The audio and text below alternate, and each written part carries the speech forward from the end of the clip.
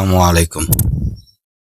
পাকিস্তানের ইসলামাবাদে আলোচনায় মার্কিন যুক্তরাষ্ট্রের ২০ বছরের জন্য পারমাণবিক কার্যক্রম স্থগিত করার বিপরীতে ইরান ৫ বছরের পরমাণু সমৃদ্ধকরণ স্থগিতের প্রস্তাব দিয়েছে। নিউ ইয়র্ক টাইমসের মতে, ব্যক্তিগতভাবে আলোচনার সম্ভাব্য পরবর্তী রাউন্ডের বিষয়ে আলোচনা চলছে, যদিও এখনো কোনো তারিখ সম্মত হয়নি।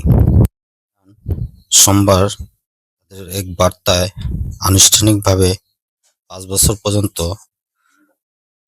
পরমাণু কর্মসূচি বিরতির প্রস্তাব দিয়েছে।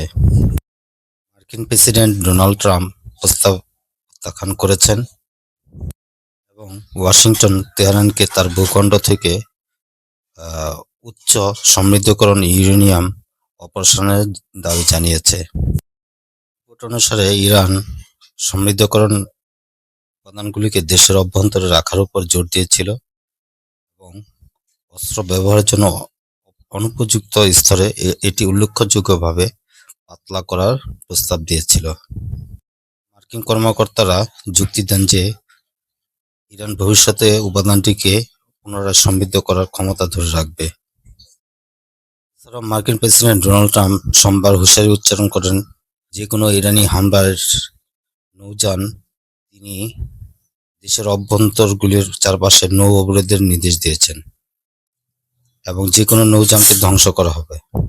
আন্তর্জাতিক যুদ্ধবিরতিকে সম্মান করার এবং আলোচনা পুনরায় শুরু করার আহ্বান সত্ত্বেও তার অবরোধের সময়সীমা পেরিয়ে যাওয়ার সাথে সাথে কোনো ঘোষণা ছিল না যে এই ব্যবস্থা কার্যকর হয়েছে বা কোনো বাধার চিহ্ন রয়েছে। বলেছিলেন, যুদ্ধের সময় ইরানের নৌবাহিনীর সিংহভাগ ইতিমধ্যে ধ্বংস হয়ে গেছে।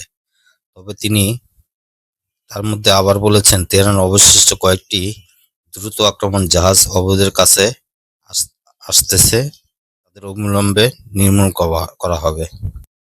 দিন পরেই অন্য একটি পোস্টে ট্রাম্প বলেছিলেন, গতকাল ৩৪টি জাহাজ হরমুজ প্রণালী দিয়ে গেছে, যা এই বন্ধ করা হওয়ার পর থেকে সর্বোচ্চ সংখ্যা। ইরান একটি চুক্তি করতে চায়, খুব খারাপভাবে। ট্রাম্প ওভাল অফিসের বাইরে সাংবাদিকদের বলেন, কোনো কর্মকর্তা ফোন করেছিলেন তার চিহ্নিত না করে।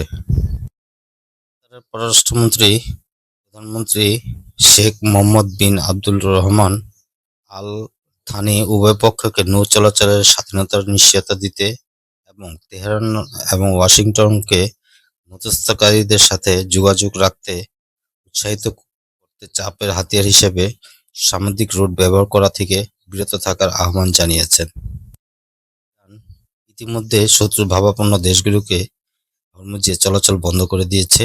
কেবলমাত্র চীনের মতো বন্ধুত্বপূর্ণ দেশগুলিকে পরিষেবা প্রদানকারী জাহাজগুলিতে অতিক্রম করার অনুমতি দিয়েছে। দাম যুদ্ধবিরতির সাথে হ্রাস পেয়েছিল, কিন্তু সোমবার প্রায় ৮% তেলের দাম আবার বেড়েছে।